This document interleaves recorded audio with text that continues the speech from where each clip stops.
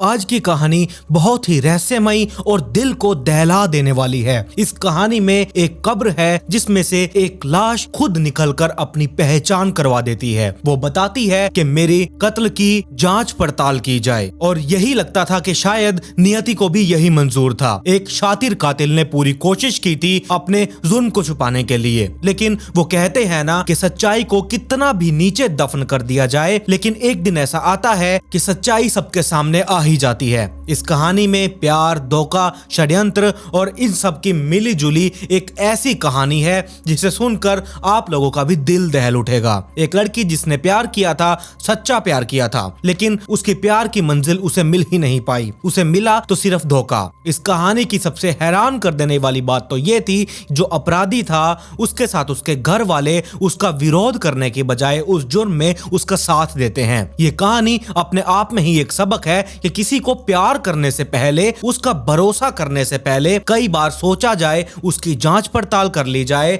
उसकी असलियत को जांच लिया जाए और उसके बारे में अच्छे से सोच विचार करके उसके बाद आपको सोचने की जरूरत है कि आप उसके साथ एकदम फिट बैठते हैं या नहीं, आप उस पर भरोसा कर सकते हैं या नहीं। तो कहानी को पूरा सुनने के लिए इसके बारे में क्या हुआ था क्या नहीं, इस चैनल को सब्सक्राइब जरूर कर लीजिएगा, साथ में नोटिफिकेशन बेल आइकन को दबाना बिल्कुल भी मत भूलिएगा। मेरी इंस्टाग्राम आईडी आपकी स्क्रीन के ऊपर है, इसका लिंक नीचे डिस्क्रिप्शन में दिया हुआ है, जाइए और जल्दी से इंस्टाग्राम आईडी को फॉलो कर लीजिए और कमेंट में अपनी राय के साथ पिक में लिखना बिल्कुल मत भूलिएगा। ये कहानी है 2019 की। ये मामला उत्तर प्रदेश में मेरठ के लोहिया गांव का है। इस लोहिया गांव में 13 जून 2019 को उसी गांव के एक आदमी की नजर अजीब सी चीज पर पड़ जाती है। उस आदमी का नाम था ईश्वर पंडित। ईश्वर पंडित लोहिया गांव में खेतों के बीच से गुजर रहा था, तभी उसने देखा एक कुत्ता एक इंसानी हाथ को यानी कि बाजू को अपने मुंह में दबाकर खेतों के बीच से जा रहा है। जब उसने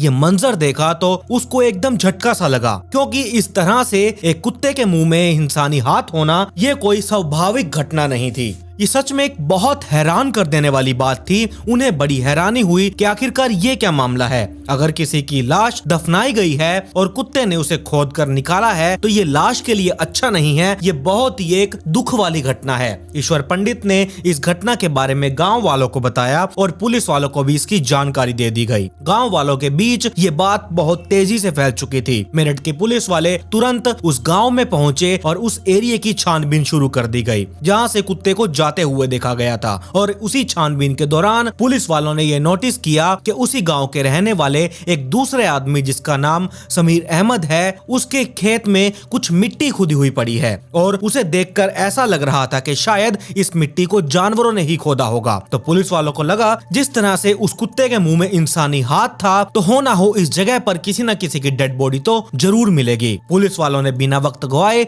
उस जगह की खुदाई शुरू करवाने लगे और जब खुदाई करवाई गई तब पुलिस वालों का शक यकीन में बदल चुका था और गांव के लोगों का डर एकदम सही साबित हुआ। भीड़ के सामने जिस जगह की खुदाई की गई थी उस जगह में एक लड़की की सिर कटी लाश मिली। उस लाश का सर धड़ से गायब हो चुका था और दोनों हाथ भी वहां से गायब थे। बाकी जो शरीर का हिस्सा था यानी कि धड़ और पैर वो वहां पर दफन थे। पुलिस वालों ने फौरन उस डेड बॉडी को रिकवर किया और उसे पोस्टमार्टम के लिए भेज दिया गया। क्योंकि उस लाश का जो सर और बाहें थी वो गायब थी तो पुलिस वालों के लिए उस लाश की पहचान कर पाना बहुत ही मुश्किल हो रहा था। लेकिन लाश को देखकर ये तो पता चल ही गया था कि ये एक फीमेल बॉडी है। पुलिस वालों ने इस मामले की छानबीन शुरू की। छानबीन की शुरुआत उसी गांव से हुई। उस लोहिया गांव के जितने भी खास लोग थे, जैसे कि उस गांव के सरपंच वगैरह, उन्हीं लोगों से पहले पूछताछ की गई। पुलिस वालों ने उस गांव के लोगों से जानने की कोशिश की कि आखिरकार आपके गांव की या आपके गांव के आसपास की कोई लड़की गायब हुई है कि नहीं, कि क्या ये लड़की आपके गांव की ही है। समीर अहमद से भी पूछताछ हुई कि तुम्हारे खेत में लाश मिली है, ये क्या मामला है, ये क्या माजरा है, क्या तुम इस लड़की को जानते हो। तो शबीर अहमद ने कहा कि मुझे इस मामले में कुछ भी नहीं पता कि आखिरकार ये लाश मेरे खेत में आई कहां से और किसने दफनाई। मुझे इस लड़की के बारे में कुछ भी नहीं पता। गाँव के किसी भी व्यक्ति ने उस लड़की को पहचानने से साफ इनकार कर दिया था। पुलिस वालों ने काफी ही ज्यादा कोशिश की और ना सिर्फ लोहिया गांव बल्कि आसपास के कई गांव में जहां जहां पर लड़की गायब हुई है क्या या फिर किसी की हत्या हुई है, इस तरह की बात पता करने के लिए पुलिस वालों ने बहुत कोशिश की। लेकिन पुलिस वालों की तमाम कोशिश नाकाम हो चुकी थी और इस लड़की के बारे में कोई भी जानकारी या फिर उस लड़की की गुमशुदगी के बारे में पता ही नहीं चल पाया। लड़की की लाश को देखकर पुलिस वाले ये अंदाजा लगा रहे थे कि लड़की एकदम यंग एज की है, यानी कि 20 से 25 साल के आसपास की है। इस लड़की की उम्र इतनी ही होगी। जल्द से जल्द पुलिस वाले इस मामले की तह तक पहुंचना चाहते थे। मेरठ के एसएसपी एरज सहानी ने उस वक्त इस मामले की हकीकत पता करने के लिए कुछ डिफरेंट, कुछ नया सोचने की कोशिश की। वो इस उधेड़-बुन में लगे हुए थे कि ऐसा क्या किया जाए जिससे इस मामले का खुलासा हो सके, और उन्होंने ये सोचा कि आखिरकार इस लड़की का कत्ल क्यों हुआ होगा, कैसे हुआ होगा। तो आमतौर पर इस तरह किसी जवान लड़की या फिर लड़के की हत्या होती है तो उसके पीछे अक्सर ये देखा गया है कि प्यार मोहब्बत वाली ही बात सामने निकल कर आती है। रिलेशनशिप यही कारण होता है। और अगर कोई प्रॉपर्टी रिलेटेड से कोई क्राइम होता है तो इतने यंग लड़की लड़के का कत्ल आमतौर पर नहीं किया जाता। तो इतने यंग लोगों के बीच में संपत्ति को लेकर लड़ाई झगड़े नहीं होते और लूटपाट डकैती जैसी बात भी समझ में नहीं आ रही थी, क्योंकि अगर कोई लूटपाट करता तो किसी लड़की को लूट कर उसकी हत्या कर देने के बाद उसकी पहचान छुपाने के लिए उसका सर काटने की इतनी जहमत नहीं उठाता। लुटेरे अक्सर लूटपाट करके वहां से भाग निकलते हैं। अगर कोई उनका विरोध करता है तो उन्हें चाकू या फिर गोली मारकर वहां से निकलने की कोशिश करते हैं। लेकिन यहाँ पर जिस तरह से सिर काटकर डेड बॉडी को दफनाया गया था उससे ये साफ लग रहा था इसके पीछे की कोई गहरी साजिश है। और इस तरह से गहरी साजिश जिस लाश की पहचान ना हो सके वो प्यार मोहब्बत लव ट्रायंगल वाले एंगल से ही स्टार्ट होती है। ये बात एसएसपी सहानी के दिमाग में चल रही थी और उन्हें इस मामले की जांच इसी एंगल से करने का उन्होंने फैसला कर लिया था। और इस गांव के आसपास के इलाकों में लड़कियों के बारे में पता किया गया तो लड़कियों के बारे में कुछ भी पता नहीं चल पाया। तो अब पुलिस वाले लड़कों के बारे में पता लगाने की कोशिश करने लगे। तो उन्होंने अपनी टीम से कहा कि तुम एक काम करो, तुम इस लोहिया गाँव के और आसपास के गाँव के जितने भी जवान लड़के हैं और उन यंग लड़कों में कौन कौन अपने गांव में है और कौन कौन मेरठ से बाहर काम करने के लिए गया हुआ है, उनकी एक लिस्ट तैयार करो और उनके बारे में पता करो कि उनकी लोकेशन क्या है, वो कहाँ रहते हैं, क्या काम करते हैं। तो पुलिस वालों के लिए ये एक बहुत ही मुश्किल काम होने वाला था। किसी एक लड़के की डिटेल निकलवाना, वो भी कई गांव के लड़कों में से, ये बहुत ही मुश्किल होने वाला था। लेकिन पुलिस वालों को ये केस सुलझाना था तो पुलिस वालों ने अपनी कमर कसी और इस मामले में जोरों शोरों से अपना काम करने लगे। और मेरठ पुलिस ने इस प्रोसेस को थोड़ा सा लंबा लिया और अब उन्होंने एक लिस्ट तैयार कर ली थी। पुलिस वालों को ऐसे कई लड़कों का पता चला जो गांव से बाहर मेरठ में, कोई मुजफ्फरनगर, कोई दिल्ली, कोई पंजाब, अलग अलग जगहों पर काम करते हैं। तो इस तरह से लिस्ट के अनुसार पुलिस वालों ने हर लड़के के बारे में पता करना शुरू किया। ये सारी बातें कि वो लड़के कहाँ रहते हैं, क्या काम करते हैं, ये सारी जानकारी पुलिस वालों ने निकाली और पुलिस वालों ने ये भी पता करना शुरू किया जहाँ ये काम करते हैं उनके आसपास थानों के इलाकों में कोई लड़की गायब हुई है या नहीं। इस बात का भी पता पुलिस वालों ने लगाने की कोशिश की थी और पुलिस वालों की ये कोशिश पता नहीं कैसे लेकिन कामयाब हो चुकी थी। पुलिस वालों को पता चला कि इसी लोहिया गांव का एक लड़का जो लुधियाना में रहकर काम करता है और लुधियाना में जहां ये रहकर काम कर रहा है उसी जगह से एक लड़की गायब हुई है। और इस केस की तफ्तीश को बहुत ही टाइम लग चुका था। घटना 13 जून 2019 की थी और कई महीनों की मुशक्कत करने के बाद पुलिस वालों ने ये जानकारी हासिल कर ली थी। लुधियाना में मोती नगर थाने में एक जवान लड़की की गुमशुदगी की रिपोर्ट दर्ज करवाई गई थी। अब पुलिस वालों को ये लगने लगा इन दोनों चीजों को अगर जोड़कर देखा जाए तो इसमें कुछ ना कुछ सुराग तो जरूर मिलेगा। कहीं ऐसा तो नहीं ये लड़का जहां काम करता है तो वहीं की ये गुमशुदा लड़की हो और लड़का उसी लड़की को लुधियाना से इस गांव तक लेकर आया हो और यहाँ लाकर उसकी हत्या कर दी गई हो। तो इस बात की जांच करने में पुलिस वाले जुट चुके थे और जब पुलिस वालों ने उस लड़के से इस बारे में पूछा तो पहले तो उस लड़के ने बहुत टाल मटोल की बातें बनाई कि मैं तो इसे जानता तक नहीं, मैं सिर्फ अपना काम देखता हूँ, इस मर्डर से मेरा कोई भी लेना देना नहीं है। लेकिन जब पुलिस वालों ने थोड़ी उस लड़के को सख्ताई दिखाई और कुछ देर तक वही सवाल बार बार पूछे गए तो वो लड़का एकदम टूट चुका था और उसने अपना जुर्म यहाँ कबूल कर लिया था। लोहिया गांव का ये लड़का जिसका नाम शाकिब अहमद था, ये लड़का जहाँ पर काम करता था लुधियाना में, वहाँ पर यानी कि मोती नगर में एक लड़की को इसने अपने प्रेम के जरिए यहाँ लोहिया गांव में लेकर आया और यहाँ लाकर उसकी हत्या कर दी थी। और हत्या करने के बाद उसी गांव के एक दूसरे लड़की शहीब अहमद के खेत में उस लड़की की डेड बॉडी को दफना दिया था, जिस लाश के कपड़े जानवर नोच कर खा रहे थे और जिस मर्डर की तहकीकात अब पुलिस वाले कर रहे थे। लोहिया गांव में रहने वाला लड़का शाकिब अहमद लुधियाना में रहकर एक फैक्ट्री में काम कर रहा था और शाकिब वहां लुधियाना में असली पहचान छुपाकर यानी कि अपना नाम बदल कर रहा करता था। उसने अपना नाम उस पूरे इलाके में अमन बता रखा था और अमन बनकर ही वो लुधियाना में रहा करता था और वहां पर काम करते हुए उसने एक लड़की से दोस्ती की जिसका नाम था एकता जसवाल और उसकी उम्र 19 साल की थी।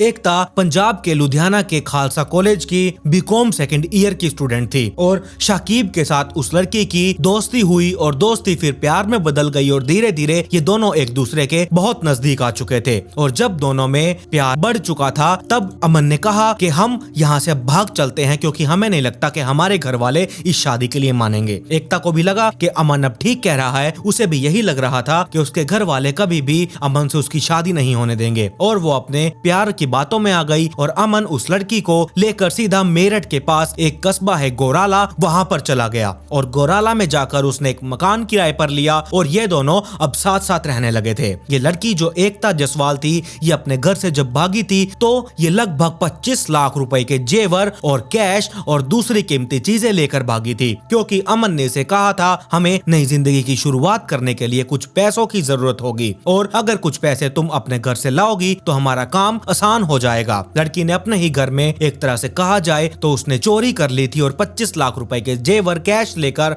वो अमन के साथ भाग चुकी थी। इसके बाद अमन वो लड़की मेरठ के गोराला कस्बे में आकर बस चुके थे और मजे से रहने लगे थे।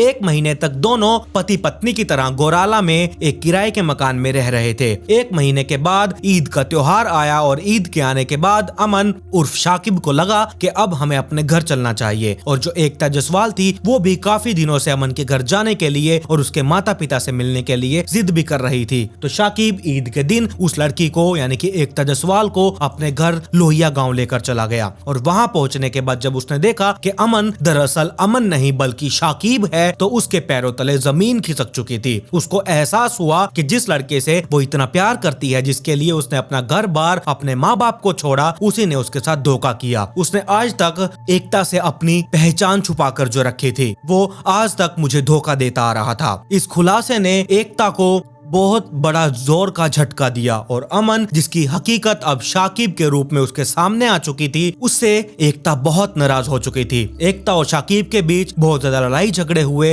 और वो पूरा दिन आपस में झगड़ते रहे। वो सब कुछ होता रहा उस लोहिया गांव के शाकिब के मकान में। अब तक एकता बहुत बुरे तरीके से फंस चुकी थी। शाकिब उसे डरा धमका रहा था कि अगर तुमने मेरे खिलाफ मुंह खोला और जरा भी चालाकी बनने की कोशिश की तो मैं तुम्हें बहुत मारूंगा। दोनों के बीच में इसी तरह लड़ाई झगड़े चलते रहे और ईद का वो पूरा दिन निकल चुका था। शाकिब अब अपनी गर्लफ्रेंड को मनाने लगा, उसे फिर अपनी मीठी मीठी बातों में फंसलाने लगा, उसे अपने प्यार का वास्ता देने लगा और फिर उसे वो मनाने के लिए बाहर से उसके लिए कोल्ड ड्रिंक लेकर आया। लेकिन अब तक उसके माइंड में कुछ और ही प्लान चलने लगे थे। अब तक उसके सिर पर एक शैतान सवार हो चुका था। वो खूनी शाकिब के दिमाग में एक ऐसी साजिश पनप रही थी जो सच में बहुत ही बेरहम और घटिया होने वाली थी और अब शाकिब किसी भी तरह से एकता से पीछा छुड़ाना चाहता था। शाकिब ने कोल्ड ड्रिंक में नशीली चीज पहले ही मिला दी थी जिसको पीते ही इस एकता की हालत बिगड़ गई और ये ईद की रात को शाकिब ने पहले तो एकता को बेहोश किया, उसके बाद दोनों भाभियों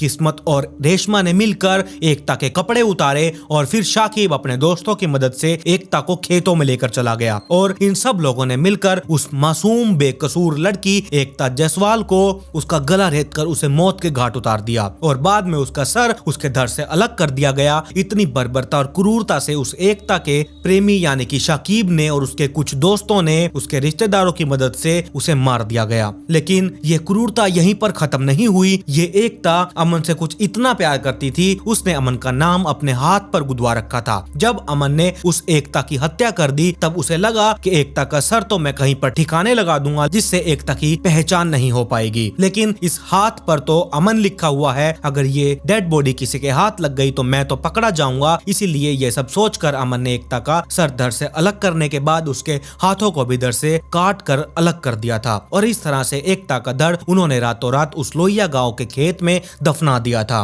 और उसी धड़ से थोड़ी ही दूरी पर उन्होंने एकता की बाजू को भी दफना दिया, जिसके बाद उसी गांव के कुछ कुत्तों ने उन बाजू को खोद कर निकाल लिया था। शाकिब को यह भी लग रहा था कि अगर वो एकता को वापस उसके घर जाने देगा, जो कि एकता अपने घर जाने की जिद कर रही थी, तो वो 25 लाख रुपए उसके हाथों से चले जाएंगे और हो सकता था कि एकता पुलिस वालों के पास चली जाए तो उसकी जिंदगी तबाह हो जाएगी, मेरा राज खुल जाएगा। तो उसे उसके ऊपर अपना खतरा महसूस होने लगा और दूसरा उसे वो 25 लाख रुपए का लालच भी था। तो अमन एकता को सोने का अंडा देने वाली मुर्गी समझ चुका था। तो इसीलिए शाकिब उर्फ अमन ने एकता जसवाल को इतनी भयानक मौत दे दी। डेड बॉडी दफनाकर वो फिर से अपने काम पर लुधियाना चला गया। इधर डेड बॉडी को इतनी प्रॉपर तरीके से दफनाया नहीं गया था, अफरा तफरी में जैसे तैसे गड्ढा खोदकर उस डेड बॉडी को दफनाया गया था। लाश दफनाने वालों को ये लग रहा था कि शायद लाश का राज और ये कभी जमीन से बाहर ना आ जाए, लेकिन जंगली जानवर और कुत्तों की सूंघने की शक्ति बहुत अधिक होती है। तो यहाँ दिन आया 13 जून 2019 का। इस दिन कुछ कुत्तों ने वो डेड बॉडी खोद निकाली और उस जगह जो